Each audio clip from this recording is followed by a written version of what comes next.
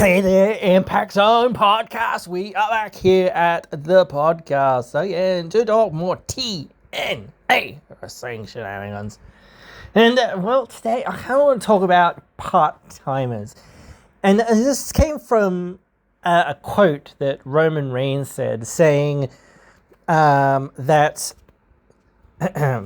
the whole world can call me a part-timer. I don't care, as long as my wife and children understand that I'm a full-time father. That's my legacy.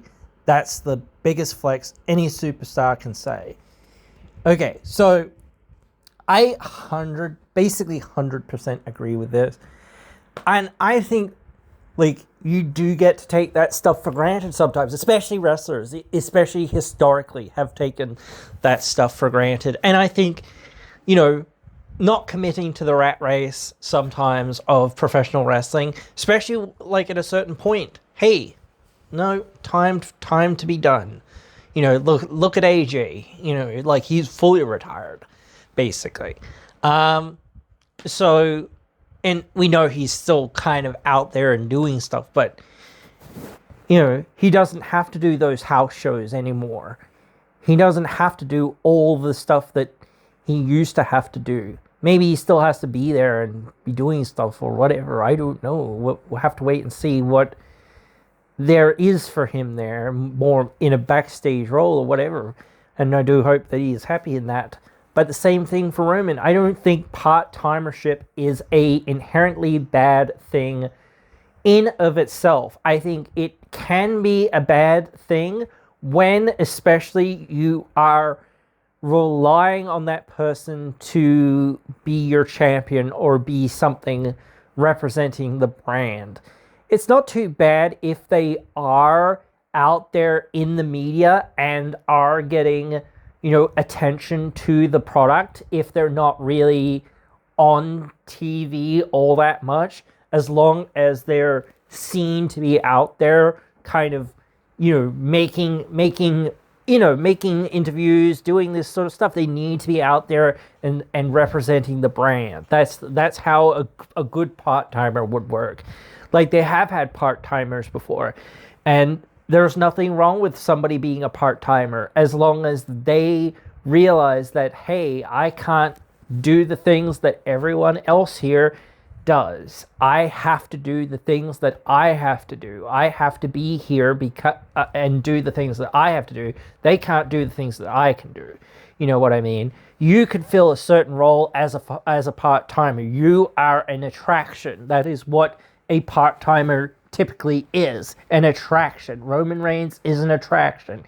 He comes around every now and again, and that's fine, and that's great. But and it does become a little bit predictable to an extent as well, but, it is great to see these guys that are money draws, and people want to see that. And that's why, again, when you see WrestleMania is coming, whatever, the big shows are coming, well, here's a chance for you to see Roman Reigns or somebody like that, Brock Lesnar or whoever, whatever. The more people that you do have like that are a big attraction that you say, okay, they probably aren't here for most of the year. Maybe they'll turn up around the Royal Rumble or whatever. And then till WrestleMania, they might be sporadically here. And then maybe at SummerSlam or something like that. At the big pay-per-views, maybe you'll see one of them or two of them or some of them or whatever. And maybe they will turn up. Maybe this person will turn up. Maybe that, you never know. But, it's not saying he's retired or any of these guys are retired or anything like that. Obviously not. They're still active, but, they're not active every week. They're not on TV every week. And, again, sometimes they don't even, need to do that when you're a big-time star. What do you need to do when you're a big-time star? Just do big things. Have a big-time feud. Who can I feud with? Well, the company has to build somebody up for weeks and months, probably, or even years perhaps, to say, hey, let's build this person up for a big-time match with Roman Reigns, or with this person, or with that person. And they can float in and float out. I don't have a problem with part-timers. I suppose because TNA doesn't really have any part-timers for the most part. But if they did, hey, we still wouldn't really have that much of a problem with them, I don't think. Like, as long as they weren't, like, holding one of the belts and being like, oh, we never get to see them, or you never hear them, chanting from the rooftop, watch TNA. Well, it's hard to watch TNA and hard for people outside the company to tune into TNA and care about TNA when you're the champion and when you're not on TV. So it's like, if you want to see me, you got to see me in TNA, but you're never in TNA except for like the big shows or whatever.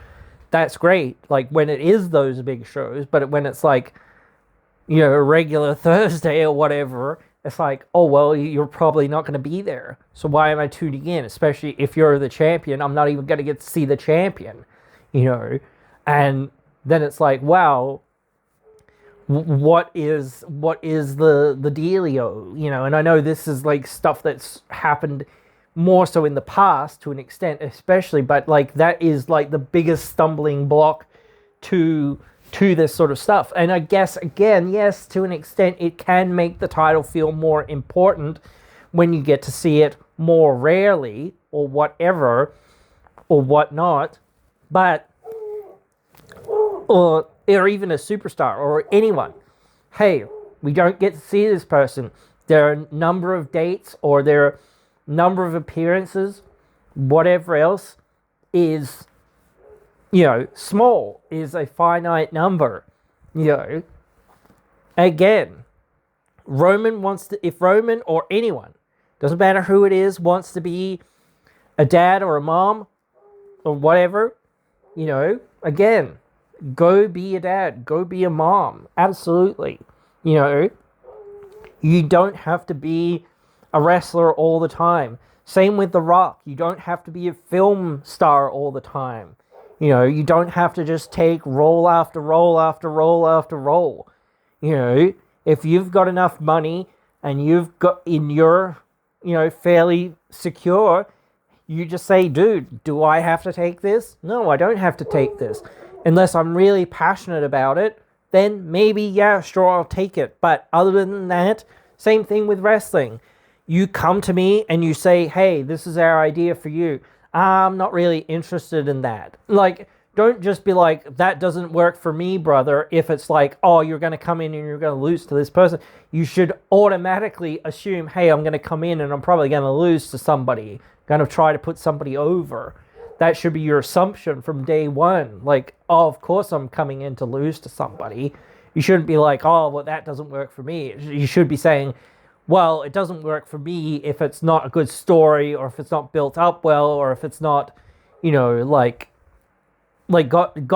meat on the bone, so to speak, in that regard. You shouldn't just come in because, again, it's another Thursday and the ratings are low or whatever else it is.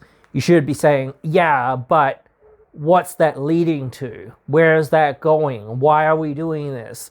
What's it all about? Who am I facing? Why? Again, like all the important stuff. How are we doing business?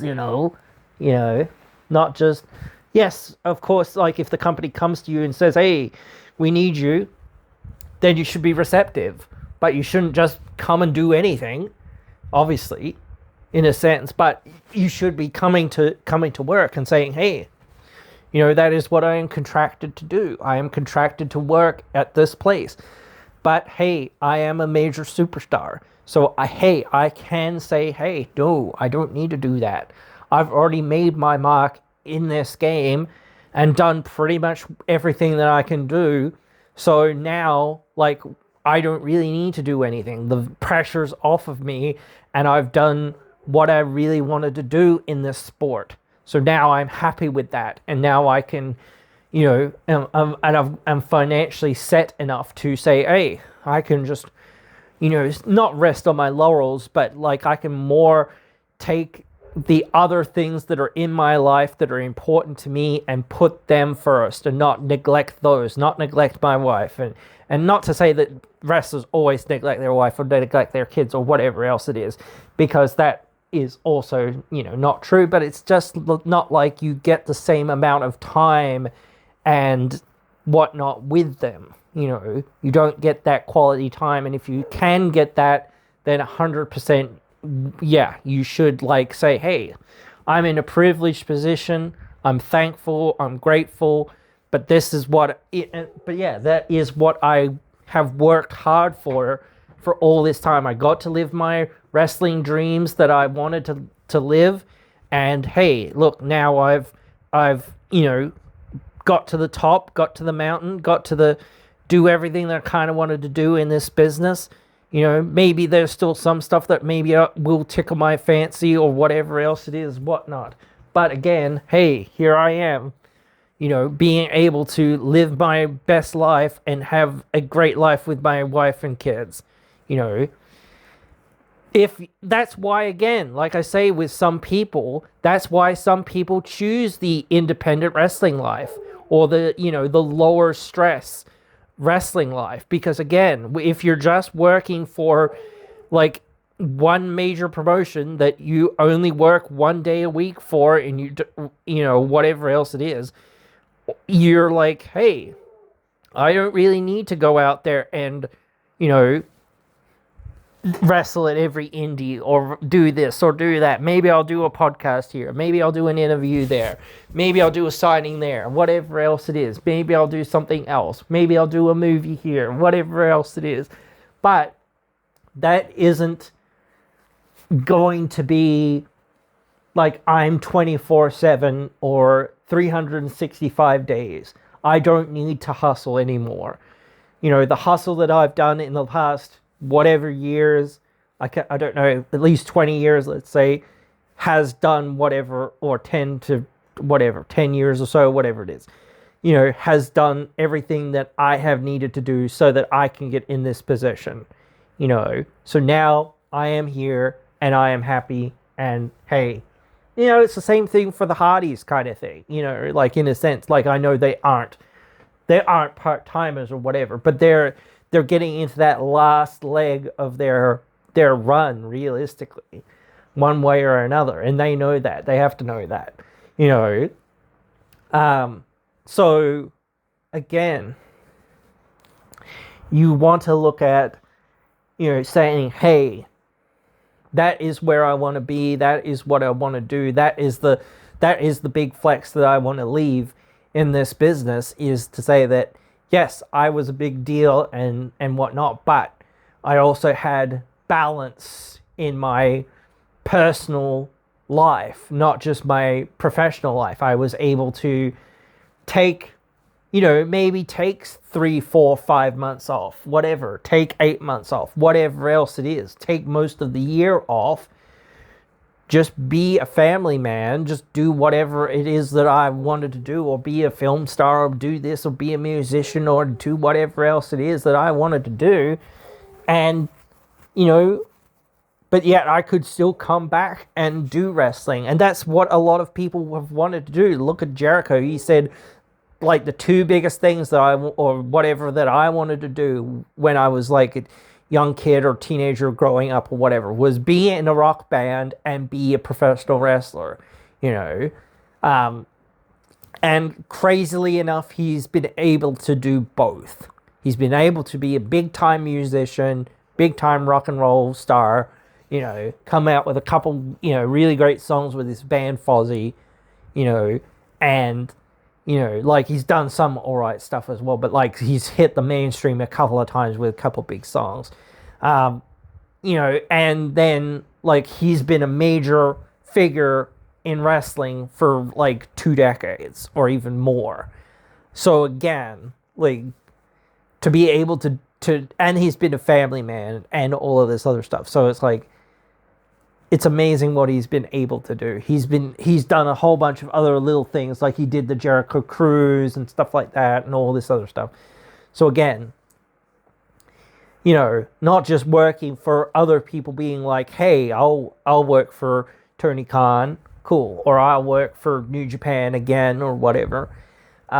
No, I will go out of my way to have some shows that I put together and I think are fun and cool and invite people to and things like this, not just once or twice or whatever else it is. No, I will do it consistently and, whatever. All of that stuff. But meanwhile, I will be a dad. I will be this. I will be that. And, like, despite anything else, that's what we should, like, people should realize. Hey, look, these are people, too. They're not just, these figures that we see on TV or whatever.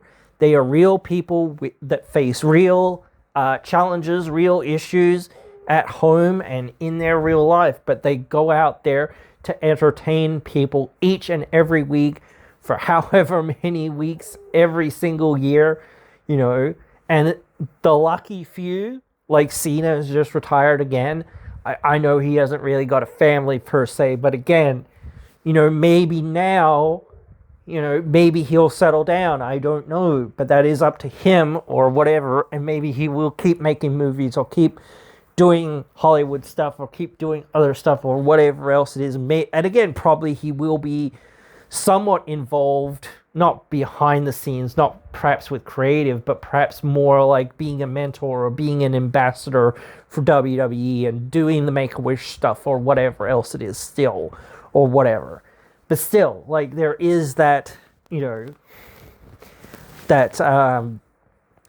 that angle of saying, like, or that idea of saying, hey, this is me, now going to go and focus on the more, I don't know, whether to say real side of things rather than the wrestling side of things. Not to say that, obviously wrestling predetermined, not quote unquote real, whatever, all that other stuff. But, like, it is real, obviously, because you're going out there every single week. You're one performer with one take, live in front of hundreds of thousands of people, every single week. You're your own stuntman, your own promo man, your own everything. You've got to make yourself the thing if you're going to get anywhere. If you are like, hey, I'm okay just being a mid-card guy or whatever. I don't, like, again, some people don't want the pressure of being the top guy or whatever else it is, because it is a lot of pressure to be the top guy and to be that top guy consistently.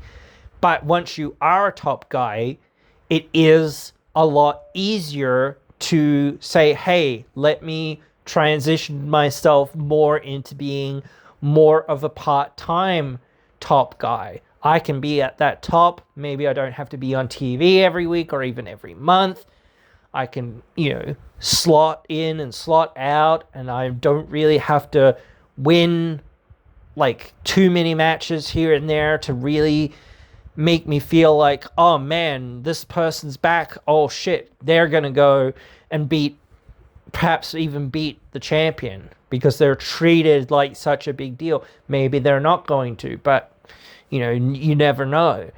And what if they do? Maybe they'll be a transitional champion, or maybe they'll be here for a few months or something like that, and then maybe they'll drop the belt or whatever, So you just don't know if somebody is going to come in and is going to do stuff and is going to be around for a few weeks or a few months or whatever else it is, and then just disappear again with these guys. So that does make it somewhat interesting or somewhat exciting to be like, when they do come around or when they do get to do stuff. And that's, again, like, look at Punk, look at, I don't know, even whoever else that you can sort of think of. But there's a lot of wrestlers that are at that point where it's like they must be. Like Daniel Bryan, a lot of these other guys have to be, and I think Bryan did retire and stuff like that, but,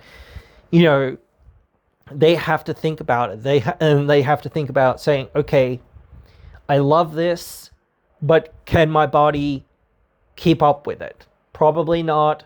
And isn't it better that I go out, being one of the best, and maybe I can still come back for a match here or a match there or whatever, whatever it is, rather than I'm starting, like, people are really noticing that I've like lost a huge step, not just maybe lost a little bit of a step or whatever. No, I've lost a huge step and people are really noticing it and my performance is suffering and fans are starting to turn away from me or whatever else it is because they're not seeing the same person with the same abilities as what they used to see. So, or, do I really have to change everything up just because I'm getting older or getting, more beaten up or whatever else it is? And how's that going to affect me when I get done and all of that? You see some of these wrestlers who have got out there and paid the price and are barely able to walk and all of this other stuff or whatever, or have to, go through DDP yoga and do these things just to get back to walking or whatever else it is again and things like that. So, or, I know that there's a few people that have gone through there because of sobriety issues or whatever else it is. Same thing, because they had to take too many painkillers, because they had to take too many drugs and alcohol and whatever else it was to either deal with the pain or to deal with, the mental aspects of it, being away, being, out there so much, all that other stuff, whatever else it was, or just broken down relationships that you had with your family because you were like, no, I have to keep chasing, blah, blah, blah, and it is that chase. It is always that chase. It's like, if you love this thing, it's almost never enough. Again, that's why, I understand Ric Flair who says, hey, I want to have another match. I understand Mick Foley who says, hey, I want to have another match or whatever else it is. Because, again, they love this so much. They care about it so much. It's still part of them. They're still in their brain of, this was, what I was born to do type thing, or this is the thing that I love to do or whatever it is. But my body just can't keep up with it, but I still want to do it, because that is what I've been doing. Once your body kind of gets doing something, or you get to be doing something, it's kind of the natural rhythm of your body to do it. You know what I mean? So you more naturally go and do it because it's an automatic response. Because you're like, hey, this is my natural response to go and do. But yeah, no, it is a difficult kettle of fish sometimes to have part-timers, because are you reliant on them to be, like, obviously most of the time they are your main event or semi-main event or other main event kind of guy, your co-main eventer kind of thing. So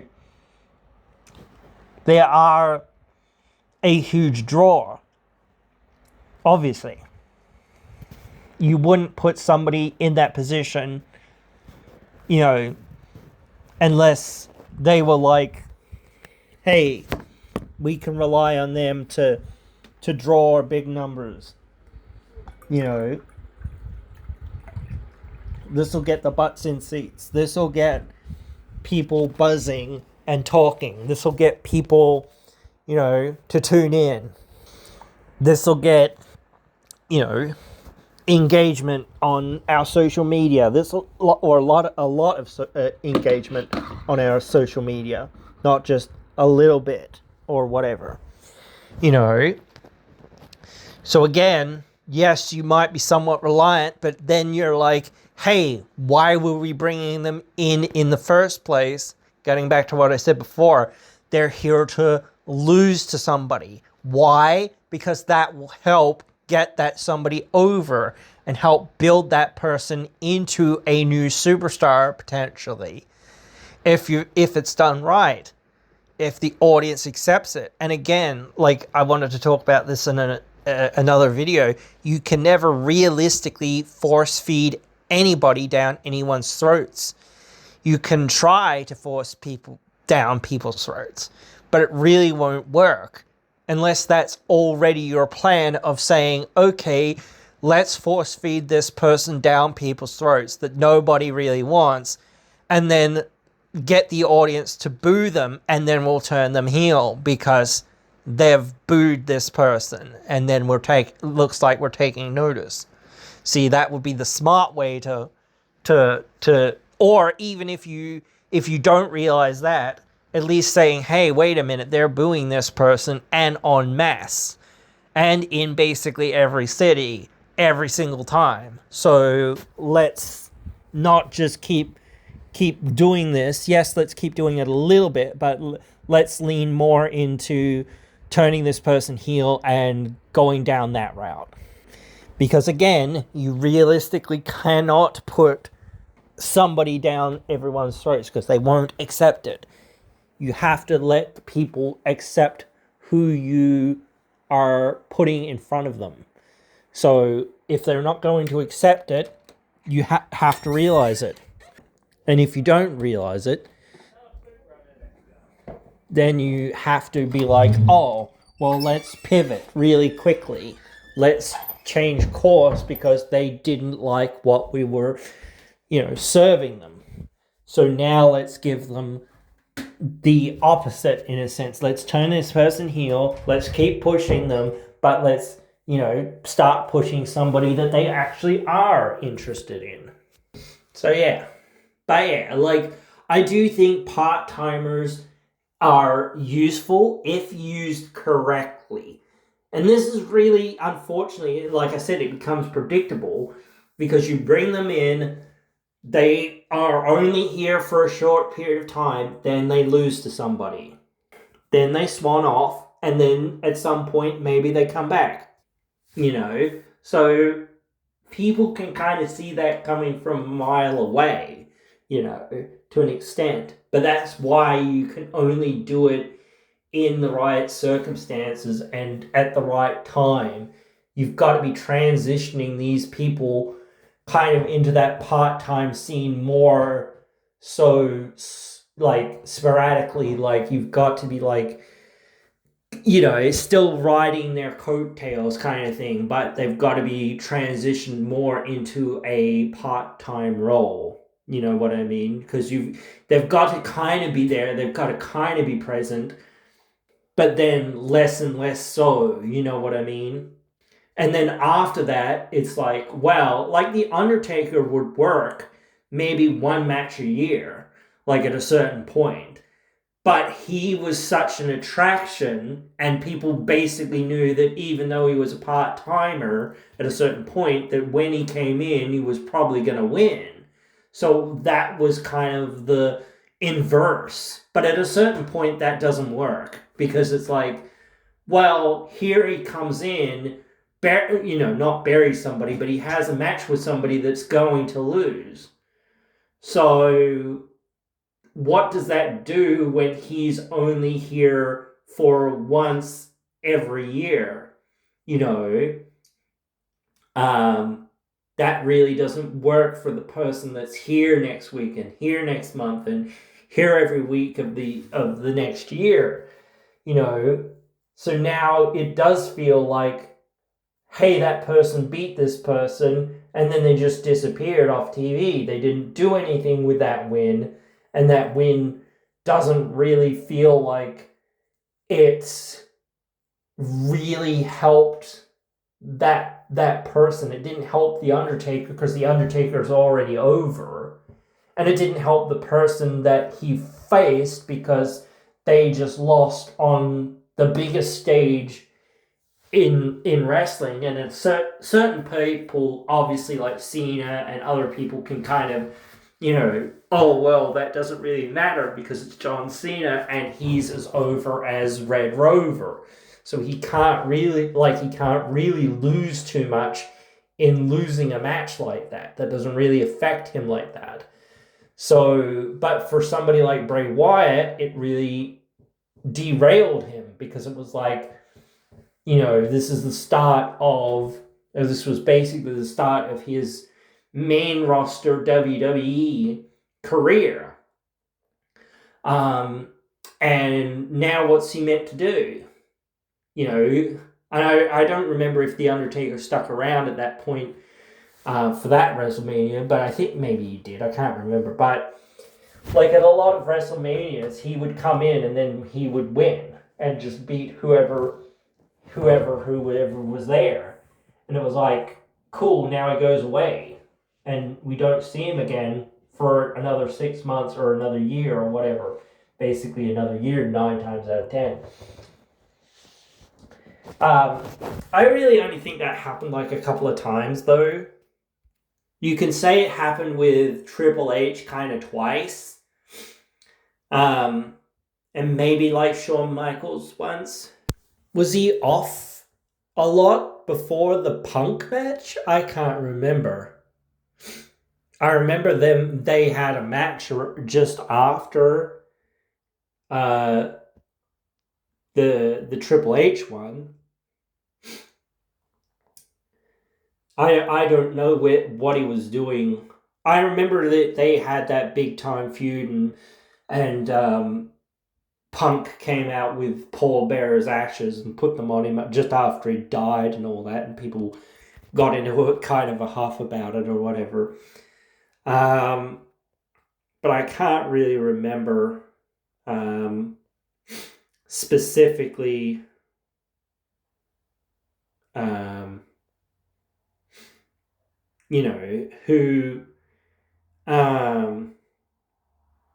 who or whatever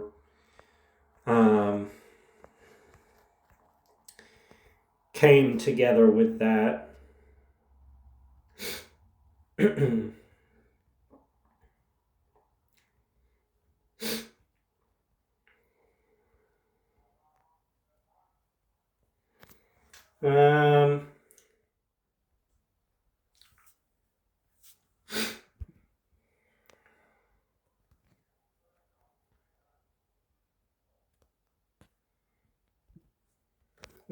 This actually looks like a better source, maybe.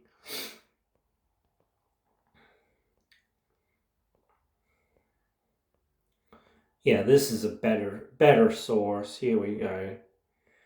I was trying to find a better source. So, yeah. Then it was CM Punk. Oh, so wait.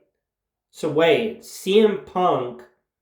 Then you had Lesnar. So Bray Wyatt was the first one after the Lesnar match where he'd lost the streak.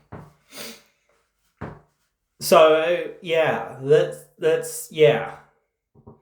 If anything, I think like Bray needed the win way more than what Lesnar did. But that wasn't my decision, obviously, to make. But again, like, and spiritually or character-wise or whatever, I just think Bray would have been a better, like, fit in some ways. You could have done something big there. I mean, like, even then, like I say, you, like, in some ways, like, did it need to happen this year or could have waited another year or maybe, I don't know, 2 or whatever, I don't know, but like for him to come back right after the Lesnar match to face Bray and then be like, oh, I win. It's like, yes, you like to an extent you got to get your win back or whatever else it is to an extent, but it's like, dude, the heck, bro, like this is like, this basically put Bray into like oblivion, where he was like, yeah, he's never gonna crawl out, basically. Shane McMahon, like, I think that this match, honestly, like, I know a lot of people say the match was bad or not very good or not very exciting or whatever else it was and all this other stuff.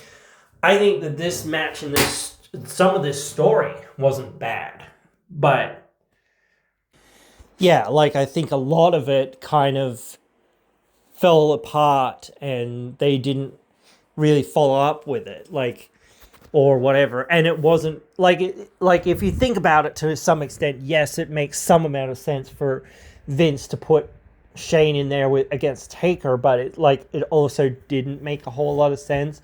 Why does Taker accept this or whatever? Like, why is he just going in there to beat somebody You know, like in this regard, like this might have been better the year prior, so that, you know, you can have, you know, Taker come back, and feel like he's going to get a big win, and then move on from losing last year or whatever. So then you have Roman Reigns, where like that performance like really like hurt, and I think he was like pissed at his performance.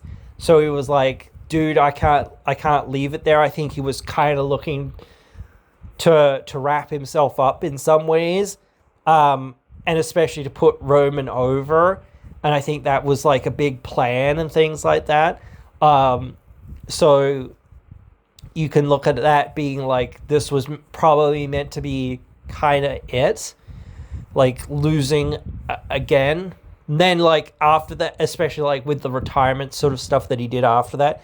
But then after that, you had John Cena, like, which was another basically return match where kind of we were trying to rebuild The Undertaker and rebuild that legacy somewhat. And like obviously Cena could take that loss more so. With AJ at 20 as his last one, which like to me, you know, doesn't make a whole lot of dollars or cents or whatever to me, but I wouldn't mind seeing AJ and Taker obviously, but I don't know that it ever felt like, I actually think this is what you should have done, like the Boneyard match, 100%. But I think like you should have done it with Bray Wyatt. Like that would have made more sense to me. Do it with Wyatt and the Wyatt family. Like, you know, have Bray Wyatt be doing everything with Taker and that stuff. And then, because again, you know, even if Bray Wyatt, maybe because he loses, I don't know, but at least like it's something that feels like very similar. And I think that Bray was doing the stuff with Cena at this time and that. So yeah, obviously I don't want to take that away, but I don't know. This could have been something for Bray as well. So, or whatever. I don't know. Maybe even if you had Taker beat him at some point before, then be like, hey, here it comes again. But now Bray wins. You know. And then you feel like, hey, whoa. Last time we saw this, you know, kind of thing. They haven't faced in ages. Undertaker was beating Bray, you know. But now it's like flip the script. And, you know, last time we saw Cena, Taker had beat him. So now it's like, here you have Bray having beat The Undertaker, who Cena just lost to, sort of thing.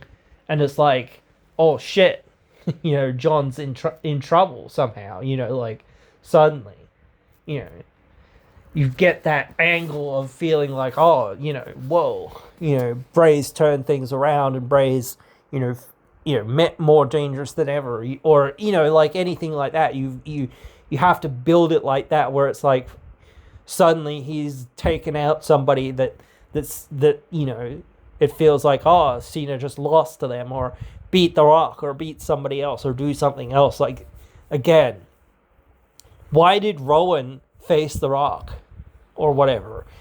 I guess because it was like, oh, well, we have a few minutes and we want The Rock to get a quick win and have a quick pop or whatever else it is. Okay, great. You know, that's not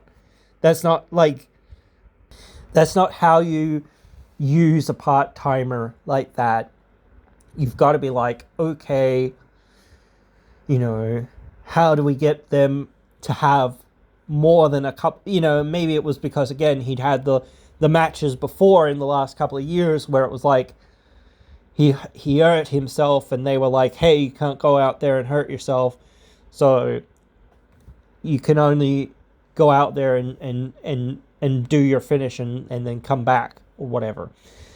So I don't know what the decision behind that was or whatever, but like he could take a bump or he could take like just a submission from Bray and then get pinned just as easily, or from anyone and just any move from anyone and then just get pinned or something, or even do something similar to the Fireflies Funhouse match,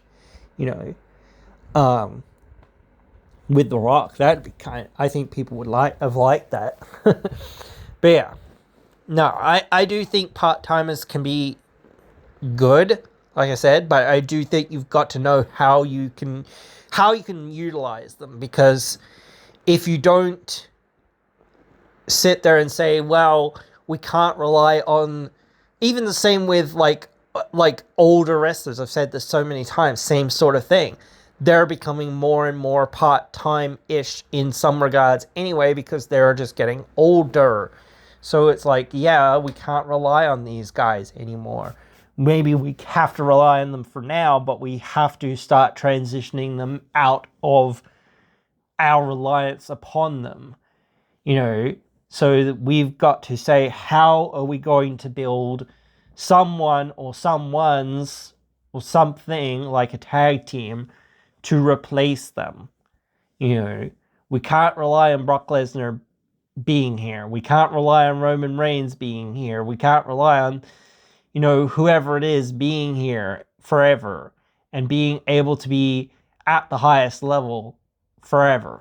That's not how it really works. So we've got to have some of these guys here, but not always have them here and always be like relying on them. We've got to be saying, okay, how do we build somebody to replace The Rock? How do we get somebody to replace Steve Austin? How do we get somebody to replace, John Cena? How do we get somebody to replace Roman Reigns? How do we get somebody to do those roles or do those things? You've got Cody Rhodes right now. He's like the replacement for, John Cena and or Roman Reigns and somewhat other people or whatever else it is. This era's big time guy. You've got Drew McIntyre, who is in a very similar position, honestly, but these guys are also on the outs, so to speak. It's time for them to start saying, okay, I've basically achieved everything that I can achieve, and now it's time to start winding down or start, finding other guys to get over, that, so that I can step back, so that I don't have to do this, so that I don't have to neglect my wife, neglect my children, neglect my life, neglect my other interests, and be not a too big of a presence in wrestling and stifle other wrestlers from getting over in this sport. I can still be here. I can still do stuff. I can still be important.